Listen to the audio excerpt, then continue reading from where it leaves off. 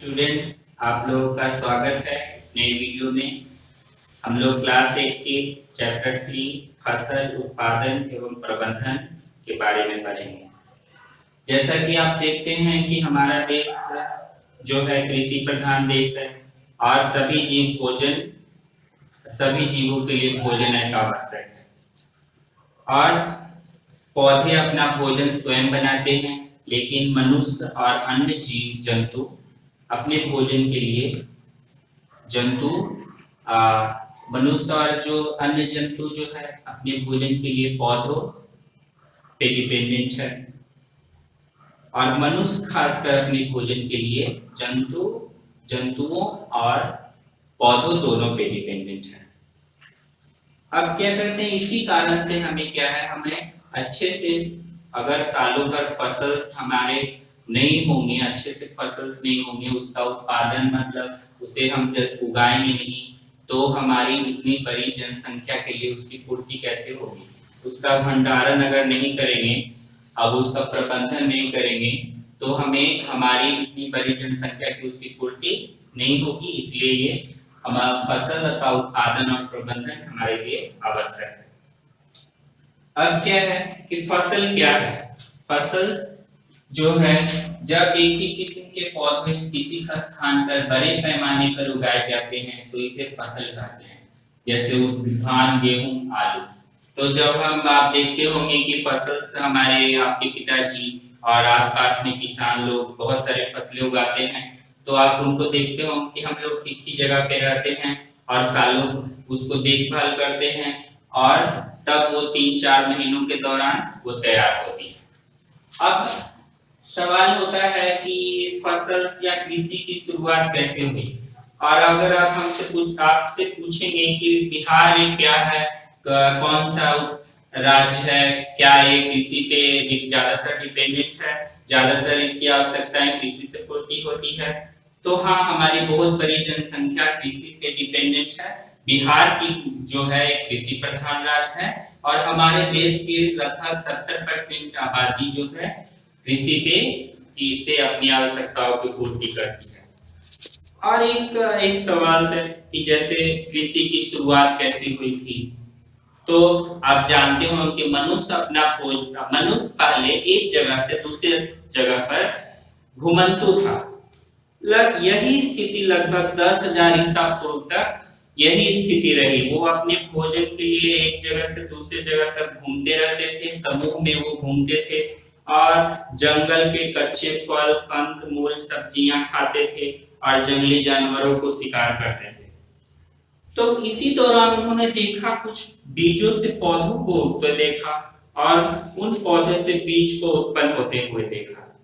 तो इसे यही चीज उनके दिमाग में आ गई और उन बीजों को जो तैयार फसलों से तैयार जो पौधों से उन्होंने बीज को संग्रह कर लिया और फिर से वो उसे उपजाए। इस कारण से वो एक स्थान पे रहने भी लगे। इस तरह से कृषि की शुरुआत हुई और मनुष्य एक जगह स्थायी रूप से रहने लगे। तो उसमें कृषि का भी बहुत बड़ा योगदान है। अब बच्चों, हम लोग देखेंगे, आपसे अगर पूछेंगे कि फसल के कितने प्रकार होते हैं, तो फसल के 3 प्रकार होते हैं: खरीफ फसल, रबी फसल, जायद फसल। हाँ, यहाँ पे एक चार्ट बना हुआ है जिसके द्वारा हम समझेंगे कि कब कौन से ऋतु में किस प्रकार की फसलें उगती है, बोने का समय, काटने के समय, और उदाहरण उन फसलों का उदाहरण देखेंगे।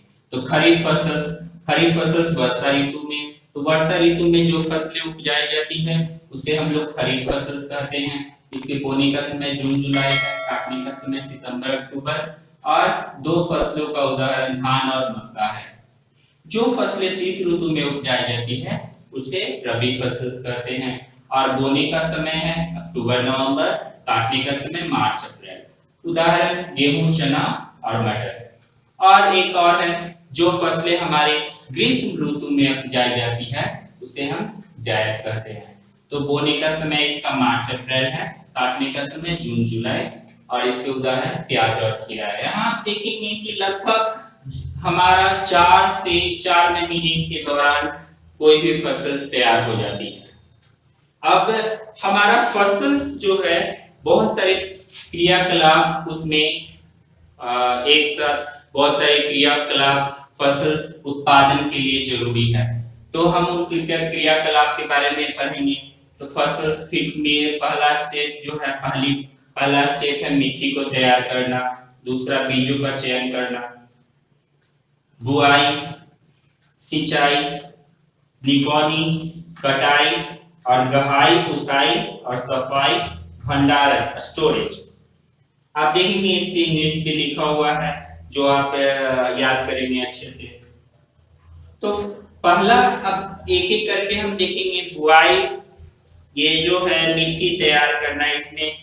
तो आप देखेंगे किसान जो है खेतों में बहुत सारे किसान खेतों में क्या करते हैं, मिट्टी तैयार कैसे करते हैं। तो आपके पूर्वज जो अभी भी हम देखते हैं कि गांव में या शहरों में बैल के द्वारा और उसमें हल लगाकर ये मिट्टी तैयार किया जाता है और हल ट्रैक्टर के द्वारा ये तैयार किया जाता है और मिट्टी तैयार कर उसको पाटन कर दिया जाता है। अब क्या है, बीजों का चयन। तो हमें अच्छी उत्पादन के लिए क्या होता है, बीजों का चयन जरूरी है। तो अच्छे बीज चुनकर, फटक कर और जल में छानकर हम अच्छे बीज का चयन करते हैं। तो अभी हमारी फसल अच्छी तब होगी जब बीज हमारे अच्छे हो। और तीसरा जो है बुआई। तो बुआई में देखते होंगे कि बहुत सारे हम लोग खेतों में जाते हैं और हाथे के द्वारा बुआई करते हैं, जिसे हम सीधे छिटक कर करते हैं कि हाथों से के द्वारा बुआई जो हो गया। और नर्सरी में तैयार करके, जैसे धान के कुछ पौधों को खेतों में मोड़ी तैयार किया जाता है और उसको दूसरे जगह पे हम लगाते हैं। जैसे धान है, प्याज है, मोड़ी के द्वारा होता है। तो दो तरीके हैं, सीधे छिटक कर और नर्सरी में तैयार कर। अब है, आप देखेंगे बच्चों यहाँ पे कि बुआई के दौरान सावधानियां क्या रखनी चाहिए कि उसको बीजों को उचित गहराई पे रोपना चाहिए, उसके बीच में समान दूरी होनी चाहिए और मिट्टी से ढक कर रखना चाहिए। और अब नेक्स्ट स्टेप देखिए, खाद और उर्वरक को मिलाना, use of manures and fertilisers. आप देखेंगे कि खेतों में हम लोग बहुत सारे फसलें उगाते हैं, अनेक फसल उगाते हैं, तो पोषक तत्वों की कमी हो जाती है। तो मिट्टी में पोषक तत्वों को पुनः पूर्ति के लिए खेतों में खाद और उर्वरक मिलाई जाती है। तो एक साथ हमारा देश चूंकि बहुत घना है, तो ज्यादातर किसान एक ही खेत पे बहुत ज्यादा कृषि कार्य करते हैं। इस कारण से हमें उर्वरकों का, खाद का प्रयोग ज्यादा करना पड़ता है। तो और एक सवाल देखेंगे कि खाद और उर्वरक में क्या अंतर है, दोनों का difference between manures and fertilisers. तो पहली बात, खाद क्या है। तो एक तो आप परिभाषा से ही दोनों डिफरेंस आप डिफाइन कर सकते हैं कि खाद जो है ये एक जैविक प्राकृतिक कार्बनिक पदार्थ है जो गोबर, मानव अपशिष्ट और पौधों के अवशेष के विघटन से बनता है। और उर्वरक यह एक रासायनिक कार्बनिक पदार्थ है जो फैक्ट्रियों में तैयार होता है। दूसरा डिफरेंस, इससे ह्यूमस प्रचुर मात्रा में प्राप्त होता है। ह्यूमस की पूर्ति खाद के द्वारा होती है और उर्वरक से हमें कोई ह्यूमस प्राप्त नहीं होती है।